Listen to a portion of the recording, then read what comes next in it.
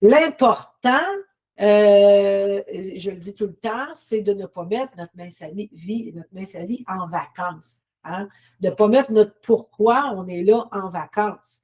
C'est ça le danger. Quand la période estivale arrive, il y en a beaucoup, beaucoup qui se disent ah, je recommence à l'automne. Hein? Je recommencerai à l'automne et on ne peut pas le faire pendant que je suis en camping, on ne peut pas le faire quand je suis en congé. Bref, si on embarque dans cette option-là, qu'on se donne cette option-là, on se tire dans le pied. On se tire vraiment dans le pied parce qu'on va revenir en septembre avec 15-20 livres de plus. T'sais. Puis ça peut prendre toute l'année avant de le rééliminer. Fait que c'est un pensez-y bien à ce niveau-là. Pourquoi je voulais vous parler de planification estivale, de congé estival? Bien, on rentre là-dedans. Là. On s'en va vers ça. Et c'est pas quand on est en plein dans le festival ou dans le temps de camping que c'est là qu'on... Hein, on doit y penser d'avance, on doit planifier. Donc, moi, ce que je veux que vous fassiez cette semaine, c'est quel genre d'été est en train de se dessiner pour vous? T'sais? Est-ce que vous avez des vacances? Si oui, c'est quand vos vacances? Vous êtes parti combien de temps? Est-ce que vous faites du camping? Est-ce que vous êtes forte ou fort sur les road trips, les pique-niques, ces balades en voiture là où on arrête un peu partout? Est-ce que vous êtes barbecue autour de la piscine? Hein? Est-ce qu'on a un mariage? Est-ce qu'on a des parties de famille comme ça? Est-ce qu'on est feu de foyer avec des amis autour? Est-ce qu'on est activités et festivals? Hein? Est-ce qu'on aime aller dans les festivals d'été, dans les activités de plein air un peu partout? Et durant les jours de pluie, hein, qu'est-ce que je fais, moi, pendant que les jours de pluie? Je suis quelqu'un qui bouge beaucoup à l'extérieur. Bien, quand il tombe des jours de pluie, est-ce que j'ai planifié des choses? Fait que, tu sais, il faut penser à quel genre d'été qui s'en vient. Ça, c'est le premier devoir à faire. La question, c'est est-ce qu'on met notre pourquoi et notre mince à vie en vacances? Est-ce qu'on le met en mode vacances? Vous savez, il y a beaucoup d'applications, de trucs qu'on peut dire on se met en vacances, hein? On arrête ça, on peut les arrêter. C'est un très grand danger de faire ça parce que je vous dirais, je vais vous donner l'exemple. Hein? Je vais vous donner un exemple. On s'en va à pêche. Hein? On s'en va à pêche, on embarque dans le chaloupe, puis on s'en va en plein milieu du lac pour pêcher. Est-ce que vous allez laisser votre ceinture de sauvetage sur le quai? Non. Hein? Il n'y a personne qui embarquerait dans le chaloupe hein, en voyage de pêche avec la ceinture de sécurité qui est restée sur le quai. Vous avez besoin de votre gilet de sauvetage si la chaloupe vire à l'envers. Hein? Vous avez besoin. Donc, voyez votre mince à vie exactement de la même façon. Notre été, c'est le voyage de pêche sur le lac.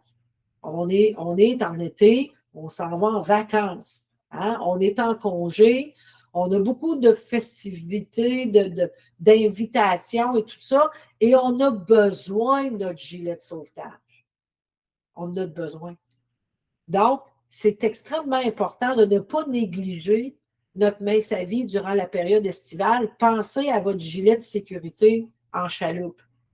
Si vous ne l'avez pas, puis que le bateau pogne une vague, puis vous virez à l'envers, vous risquez de vous noyer. Bien, c'est exactement la même chose. Si on enlève notre gilet de sécurité mince à vie, qu'on le met de côté, puis qu'on continue à faire notre été, puis qu'on rentre de plein front dans les festivals, les parties, les ci, les ça, sans gilet de sauvetage, malheureusement, on va avoir une reprise de poids. Puis parfois, c'est assez décourageant qu'on peut abandonner totalement.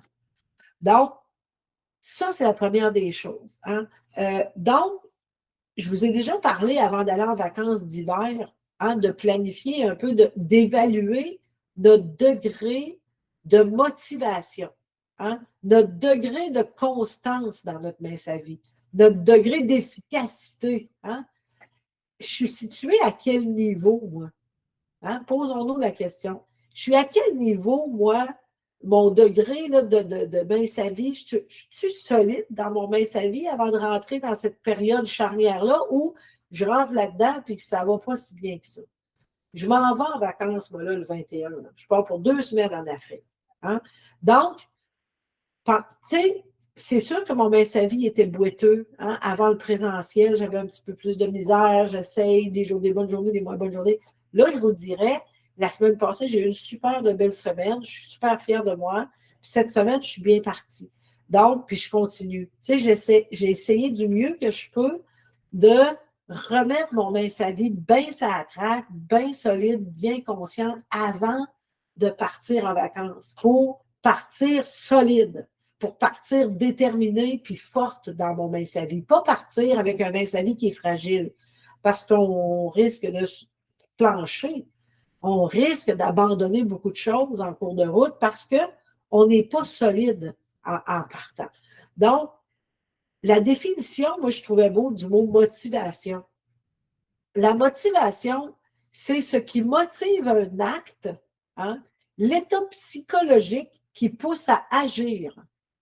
C'est l'ensemble des facteurs déterminants qui va déterminer l'action puis le comportement d'une personne pour atteindre un objectif. Donc, c'est ça qui détermine l'état, hein, l'état psychologique dans lequel on se trouve pour poser des actions. C'est cet état psychologique-là qui va pousser nos comportements et qui va nous faire agir d'une telle ou telle façon. Donc, imaginez quand on n'est pas dans une bonne période où notre état psychologique ne va pas bien, c'est difficile de rester motivé, puis ça va être encore plus difficile de traverser des périodes comme ça, où c'est plus fragile. Donc, on doit créer autour de nous des conditions qui nous poussent à faire notre mince à vie, trouver des bonnes raisons qui nous poussent à agir, hein, et qui nous poussent à faire des bonnes choses. On doit agir et non subir. Parce que si on n'agit pas, puis qu'on ne fait pas ce qu'il faut comme il faut, bien, on va subir. On va subir les écarts, les échecs, les difficultés. On va tout subir ça. Donc, c'est très important. Donc, pourquoi que l'été devrait absolument tourner autour de reprise de poids, de difficultés? Ça ne devrait pas tourner autour de ça. Au contraire, on a accès au barbecue, des salades, des légumes frais, il y a plein de choses. Et ça devrait, puis même boire son eau, c'est plus facile. Moi, dans mon cas, boire de l'eau, l'été, c'est beaucoup plus facile que l'hiver. Donc, période estivale ne devrait pas, et le mot vacances, ne devrait pas solliciter la pensée de reprise de poids. C'est nous qui créons ça parce qu'on n'est pas dans de bonnes conditions, tout simplement. Qu'est-ce qu'on fait face à des road trips, les festivals, des activités extérieures comme ça? Il y a des petits trucs qu'on peut avoir ensemble. C'est notre guide de poche. Le guide de poche, le petit livre avec le point d'interrogation. Moi, j'en ai un dans ma cuisine, mais j'en ai un dans mon coffre à gants de mon char aussi. Parce que quand on roule, des fois, on dit, maudit, j'ai pas ça, hein? Ça compte dans quoi? Je l'ai tout le temps sous la main. Fait que j'en ai un dans le coffre à gants de l'auto ou dans ma sacoche, mais il reste qu'il y en a un qui doit suivre, hein? Qui doit suivre tout le temps. Il y a des applications, hein, l'application dans notre téléphone aussi avec le guide des aliments, c'est très aidant. Quand on est, tu sais, c'est facile quand on est dans notre épicerie. On connaît les produits, on est sur le radar, on va chercher nos affaires. Mais quand on est dans une autre ville avec une épicerie qu'on ne connaît pas, bien là, on arrive là, il y a des nouveaux produits. Notre pain qu'on achète d'habitude n'est pas là. Notre sorte de scie n'est pas là. On doit se trouver d'autres choses. Donc, c'est important d'être capable de bien lire les étiquettes puis d'avoir un soutien. Donc, le guide des aliments dans notre application est une belle aide. Puis, il y a la petite application aussi qui s'appelle Yuka, Y-U-K-A, c'est une petite carotte qui est intéressante aussi. On peut scanner les codes barres puis ça nous sort les valeurs nutritives, les quantités de matières grasses et tout ça, c'est intéressant. C'est une belle application qu'on peut mettre dans notre cellulaire. Donc, le journal alimentaire peut nous aider. Moi, ce que je fais quand je suis en congé, comme là, mais que je pars en Afrique, je n'amène pas mon journal alimentaire. Bon, écrit, là, je ne l'amène pas. Je me fais une belle grande photocopie, j'en fais 2. En fait, je suis partie 2 semaines. Je me fais une feuille que je plie en 4 que je mets dans ma sacoche. Parce que je trouve ça tellement de traîner le livre, c'est trop. Fait que j'amène juste une feuille. À la fin de la semaine, elle fait dur, mais c'est pas grave. J'ai écrit mes affaires pareil. Mais je me traîne juste 2 feuilles, mais ça dit, je photocopie mon journal, puis j'apporte mes feuilles pliées. Donc, c'est un bon truc à faire en congé. Qu'est-ce qu'on fait aussi quand on est sur la route? J'ai donné souvent le truc, hein, les ice packs, là. Moi, je fais des ice packs mangeables. Ben oui. Hein, pourquoi traîner des ice packs qui qui prennent de la place pour rien? On est limité dans la glacière. Fait que quand j'ai des potages, je fais geler des bouteilles d'eau. Hein? Première des choses que je mets au fond de la glacière. Fait que ça venait des ice packs. Puis quand qu'on amène en camping, que ce soit des potages, les yogourts, tout ce qui se mange, qui peut être congelé, je le fais. Parce que au fur et à mesure que ça dégèle, c'est ça qu'on mange. Donc, on n'a pas besoin d'avoir des ice packs bleus qui finalement ne sont même pas frais, comme des vrais glaçons, ou des glaçons justement qui font de l'eau partout dans le glaciaire. Il y a bien des choses qu'on peut traîner, qu'on peut congeler, puis c'est ça qui nous sert de ice pack. Donc, souvent, en camping sauvage, c'est ce que je faisais. Je faisais des trucs de nourriture que je faisais congeler, puis c'est ce qui dégelait. C'est le fun parce qu'on ne peut pas savoir ce qu'on mange. On mange ce qui dégèle en premier. Quand c'est dégelé, c'est ça qu'on mange. C'est tout. Quand c'est pas gelé, on va attendre demain. C'est le fun. Ça vous fait un menu varié. Vous ne savez pas ce que vous allez manger. Ça dépend de ce qui est dégelé. C'est une belle alternative qu'on peut mettre en place. L'autre truc aussi qu'on fait souvent quand on est en route ou qu'on se promène, c'est d'amener des tasses à mesurer puis des cuillères à mesurer, mais on veut faire notre messager comme du monde. Hein? Donc, moi, je calcule, il y a de la vaisselle qu'on a à la maison qui contient exactement les bonnes quantités. Donc, moi, j'ai une petite tasse qui est comme en acier galvanisé, là, qui contient exactement une tasse. Cette tasse-là, je l'ai mesurée, elle contient une tasse. Donc, c'est pratique parce que c'est celle-là que j'apporte.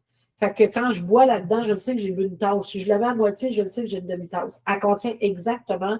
Fait que c'est à nous de se trouver des petits plats de plastique avec des couverts. J'en ai qui s'emboîtent un dans l'autre. Il y en a que c'est des demi-tasses, il y en a que c'est des trois quarts de tasse. Je le sais que ces petits plats contiennent la bonne quantité. Je le sais qu'il y en a un qui c'est carrément une cuillère à soupe, fait que je le prends pour mettre des arachides, je me sers.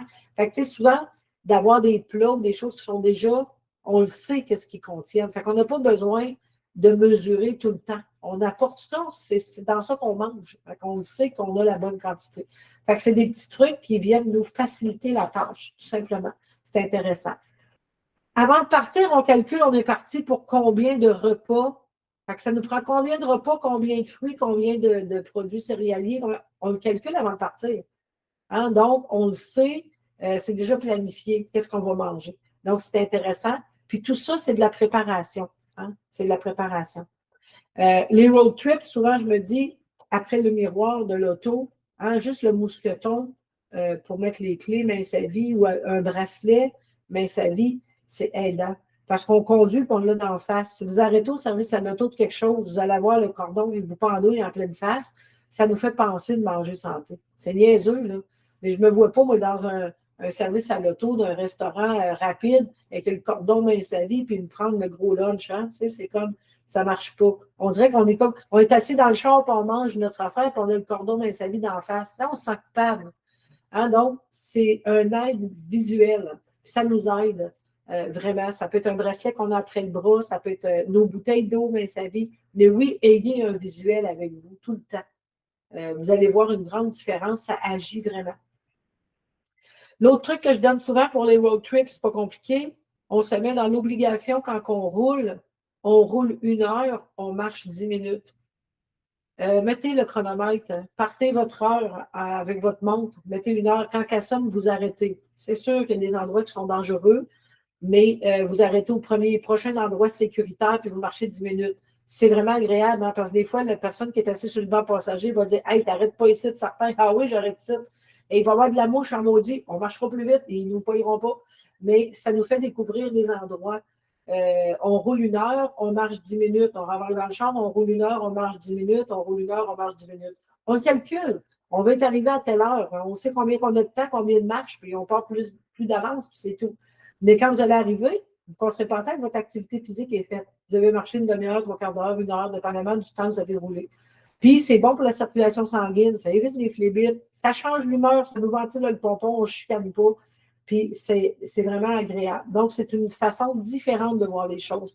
Mais juste se mettre une discipline. Si c'est 1 heure, c'est trop, ça peut être 1 heure et demie. Tu sais, on roule le temps, on arrête, on marche une dizaine de minutes.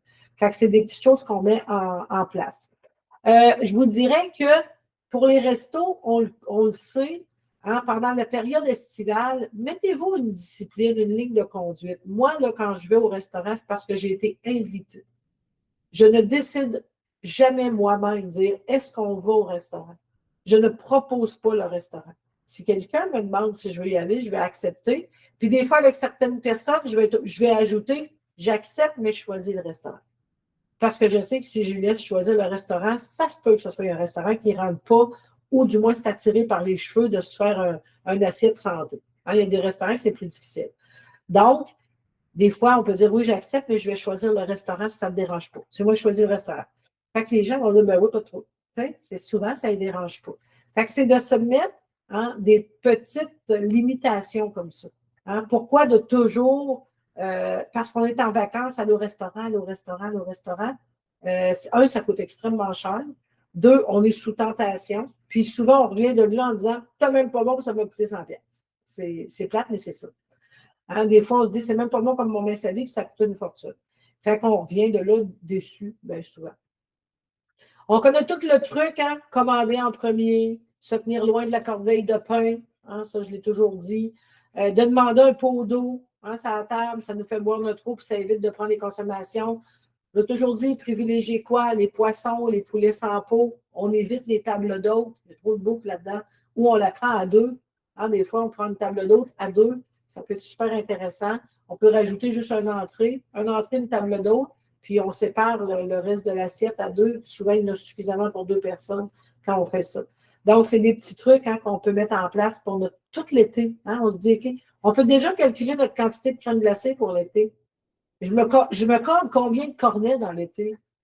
Ah oui, faites-vous un décompte. Il y a une mince à vie qui elle aimait beaucoup la crème glacée, puis on avait fait un test. Elle pouvait en manger plusieurs, là, juste, même si c'est ceux du McDo, qui, bon, c'est quand même pas si pire, elle aimait beaucoup ça. Fait qu'elle s'était mis 10 petits pompons. Tu sais, les petits pompons, là. 10 petits pompons dans une assiette sur sa table décorative. Puis à chaque fois qu'elle mangeait un cornet, elle enlevait un petit pompon. Hein? Puis elle en avait pour son été. Il fallait qu'elle fasse l'été que c'est 10 pompons. Elle ne pouvait pas en manger plus que ça. Puis sinon, tu sais, elle dit, écoute, je vais en manger 2-3 par semaine. Là, ça n'a juste pas de bon sens. Des fois, ça fait tous les jours. Puis, c'est ça, fait que c'était drôle parce que quand elle venait me voir en suivi, je lui demandais, il reste combien de pompons? Il reste combien de pompons? Je lui demandais combien il restait de pompons. Mais ça peut être une façon, hein, on peut dire, ben moi, j'aime tellement ça aller au restaurant, je m'accorde, mettons, 10 restaurants dans l'été. Ben, vous mettez 10 coquillages, mettons, dans un centre de table. Les gens, ils ne savent pas que les coquillages qui sont là, c'est à cause de votre décompte. Tu sais. Faites-vous un décompte. Vous y avez été, vous en enlevez un. Après ça, oh boy, il me reste juste 3 restaurants, puis je juste en 2 mois de juillet, je vais me calmer. Hein? Donc, mais ça nous limite. Hein? On connaît notre bête noire, on connaît notre faiblesse. C'est à nous de se mettre des trucs comme ça. Pour ce qui est de l'activité, on peut planifier quelle activité je vais faire dans mon été. Qu'est-ce que j'aimerais faire comme activité? Est-ce que je fais juste de la marche? Est-ce que je fais autre chose? C'est important d'y penser à l'activité physique. Qu'est-ce que je vais faire? Tu sais, des fois, on peut se dire juste le jardinage. Souvent, on va négliger comment ça peut être beaucoup efficace, le jardinage. Écoutez, se pencher puis se relever, puis c'est très fatigant. Donc, des fois, on peut se dire, ben, j'aime pas beaucoup faire de l'activité, mais je vais me faire un jardin cette année. Ça va tellement me faire bouger, d'aller sarcler. Juste aller sarcler un jardin à 4 pattes à terre, là, je vous le dis, c'est quelque chose. Donc, oui, trouvons-nous quelque chose à faire. Si on a une piscine, si on a une piscine, pourquoi pas se dire, OK, j'ai le droit d'embarquer de la piscine, mais il faut que je fasse au moins 10 minutes d'aquaforme. Sinon, je n'ai pas le droit de me baigner. Donc, la piscine égale 10 minutes d'aquaforme. Puis après ça, vous faites ce que vous voulez. Laissez-vous flotter sur un spaghetti si vous voulez. Mais exigez-vous, quand vous embarquez dans la piscine, je n'ai pas le droit de me faire flotter sur un spaghetti seulement. Je dois faire 10 minutes d'aquaforme. Je fais du vélo avec mes jambes, je fais n'importe quoi, je nage. 10 minutes d'aquaforme si je veux me permettre la piscine. À chaque fois, j'embarque dedans. Fait que c'est à nous autres de nous challenger. Hein? C'est à nous de mettre des lignes directrices comme ça qui peuvent nous aider. Les marches, aller marcher. Oui, c'est bien beau aller marcher sur le bord de la rue, faire des activités, mais mettez-vous l'obligation de dire je vais au moins une fois en forêt. Tu sais, aller marcher en forêt dans les sentiers. Très différent, c'est plus escarpé, il y a des roches, il y a des racines, il y a toutes sortes de choses. Donc, c'est une autre façon de bouger. Puis, ça nous ressource aussi, hein? Ça nous amène, ça nous oxygène et tout ça. Donc, c'est super intéressant. Donc, c'est à nous de voir quelle activité je vais faire cet été. Tout ça, ça se planifie maintenant. Tu sais, ça se planifie avant d'embarquer dans la période estivale. C'est ça qui est intéressant. C'est ça qui est important de faire. Donc, j'aimerais ça cette semaine que vous regardiez votre été. Qu'est-ce que vous avez planifié cet été? Est-ce que vous avez planifié, qu'est-ce que vous avez en activité, en sortie, des festivals? Qu'est-ce que je vais boire quand je vais dans des festivals? Qu'est-ce que je vais apporter? Comment je vais me structurer? Puis on décide de structurer ça là, maintenant. Parce que si on attend d'être rentré dedans, il est trop tard. Il est trop tard parce qu'on se fait prendre au dépourvu, on est pris dans le feu de l'action, puis finalement, on passe à côté. Donc, c'est là que ça se prépare, tu sais, avant d'embarquer dans notre période d'été et de vacances, de planifier le tout. Donc, c'était le message que j'avais envie de vous laisser, de vous dire cette semaine. Et surtout, comme je vous dis, voyez votre période estivale exactement comme quelqu'un qui est assis dans une chaloupe à la pêche. Il ne laissera pas sa ceinture de sécurité sur le quai. Donc, votre mince à vie, dans la période charnière qui est l'été et son tourbillon, c'est votre ceinture de sécurité. Donc, vous devez l'apporter avec vous partout où vous allez et ne surtout pas l'abandonner durant l'été parce que vous allez le regretter en septembre. Tu sais, ça serait vraiment dommage.